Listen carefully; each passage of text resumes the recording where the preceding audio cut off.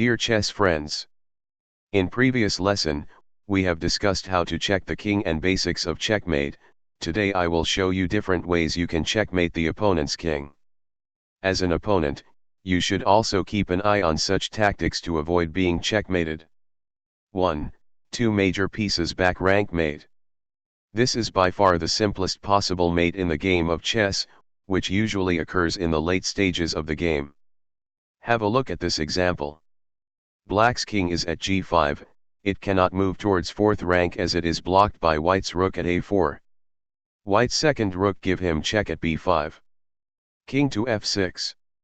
Now it's first rook's turn, b6 check. King to e7. Then rook a7 check. King to d8. And finally rook b8 check and mate. 2. Two-pawn checkmate. This is a very common endgame, where one side has two pawns and the other side has none. In this example, black has nowhere to move, d7 and f7 are guarded by the white's king, d8 and f8 are guarded by the e7 pawn which obviously cannot be captured. If it were black to move, white would feel silly since it is a stalemate, a draw. However, in this case it is white to move and mate in 1, d7 check and mate. This mate is also often occurs in more complex positions with other pawns and pieces present on the board. 3. Back rank checkmate. This is a classical example of the back rank checkmate, which is a very powerful weapon which is used by all players as a serious weapon or a threat. In the position above, black's king is blocked by his own pawns on the 8th rank and any check by a major piece on the back rank would turn out deadly. Have a look at this. White to move, white played b4, asking black to capture. Pause the video and find out the reason why. Those who solved this, congratulations. Yes, if black takes b4, it will be rook a8 checkmate. Please note, you should be always aware of the back rank threats even when no immediate checkmate is available. Position can change very rapidly and therefore it is a good practice to create an escape window in the endgame where major pieces are present. Just like white who moved his pawn at h3 to avoid such situations. Please note there are a lot of cases of the back rank mate in the middle game also. 4. Diagonal checkmate. The setup queen and bishop lined up on the same diagonal was proven to be very powerful. In this case the setup is even more powerful since black dominates the so-called long a1h8 diagonal. White is eyeing mates with queen takes g7 checkmate. The diagonal checkmate should be in arsenal of every practical chess player. At the same time, players should be aware of this kind of setup when on defensive side. Let's have a look at this example. White is trying to clear its diagonal for the queen, so pawn to f4. Black was unaware of the queen-bishop threat at a1h8 diagonal, captured the free pawn at f4, and checkmated in next move at g7. Also note similar type of mate is possible if white's queen and bishop are lined up on b1h7 diagonal, double attacking the weak h7 square which is often guarded by the king alone. 5. Smothered checkmate. It is a mate given by the knight alone when an opponent's king is unable to move because it's blocked by its own pieces or pawns. This mate is quite hard to see sometimes because players usually don't expect the knight to be a mating piece. Here the black's king is tightly surrounded by its own pawns and the rook. In fact, black's king cannot move at all. Any check delivered from white would be a checkmate. Knight moved to e5, black without realizing the threat, tried to kick the knight out from the center by moving the pawn to f6, and guess what? Yes, knight f7 checkmate.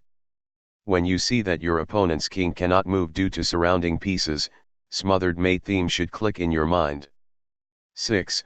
Bishop and knight fianchetto checkmate. It is a common checkmate which exploits the three weak dark squares around the black king's castle. f6, g7, and h6 can be occupied by the white's pieces. You weaken your king when you play pawn g6, especially when your opponent has a dark square bishop. Any check on the king will game over for black. Knight is trying to do the same. White mates with knight h6 check, since black's king already couldn't move due to white bishop controlling h8 and g7. f8 is also blocked by black's own rook. Please note you should always feel danger when you don't have fianchetto bishop but your opponent does. Alternatively, if you have the bishop and your opponent has a weak fianchetto, you should look for opportunities to attack. 7. Anastasia's checkmate. This checkmate is another great example of how the knight can be used in mating schemes.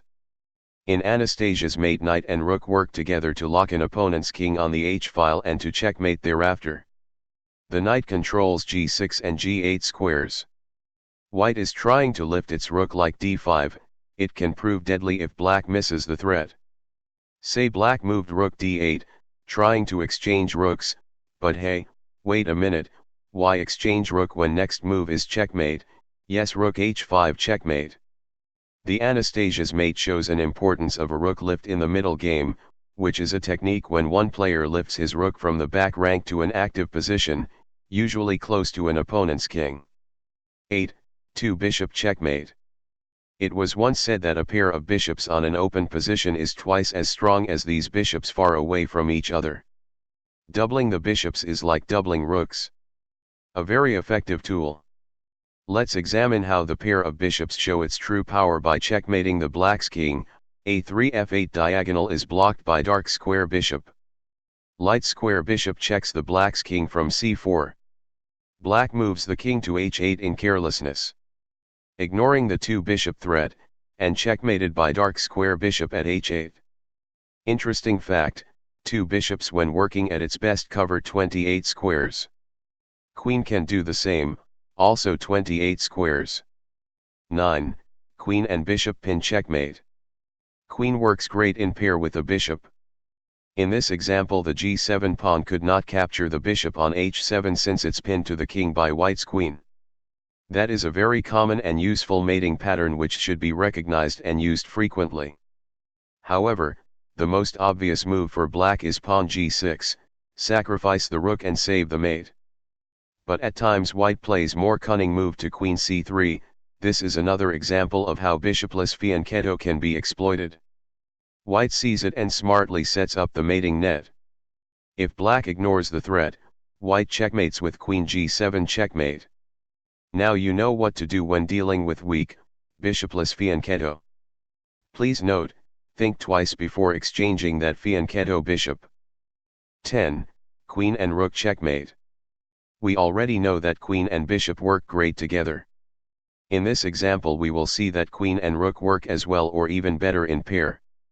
White noticed h-file is half open to attack, plan the bishop sacrifice at h7 to open the semi-opened h-file. Bishop takes h7 check. King captures bishop at h7. Rook comes into play h1 check. King move towards safety at g8. But white queen comes into play at h4. Supported by rook from h1. Eyeing checkmate at h8. Note, when you have an open file available it is a must to occupy it with major pieces, double up and attack. 11. Queen and king checkmate. It is a very simple yet useful mate which almost always occurs in the endgames. It is very easy to checkmate a lone king with a king and queen working together. You need to set up a similar position, queen blocks 7th rank, now king has only g8 square to move, which will result in queen g7 mate. Please note, most players would probably resign before that positions occur, but there are some players who will play till the very end. You must know how to win this simple positions quickly and effortlessly, even if short on time. 12. Rook and bishop checkmate. This is a very common checkmating theme not only in the endgame, but in the middle game as well. The basic idea is that the rook is used to cut the black's king on the edge of the board and use bishop's long-range abilities to deliver a mate. White continues with bishop b2 check and checkmates. Note, this mate is also known as Morphy's mate since it was first employed by Morphy in one of his games. That is all for today, thank you. Hope you enjoyed it. Kindly subscribe the channel if you like this video. Take care. Bye now.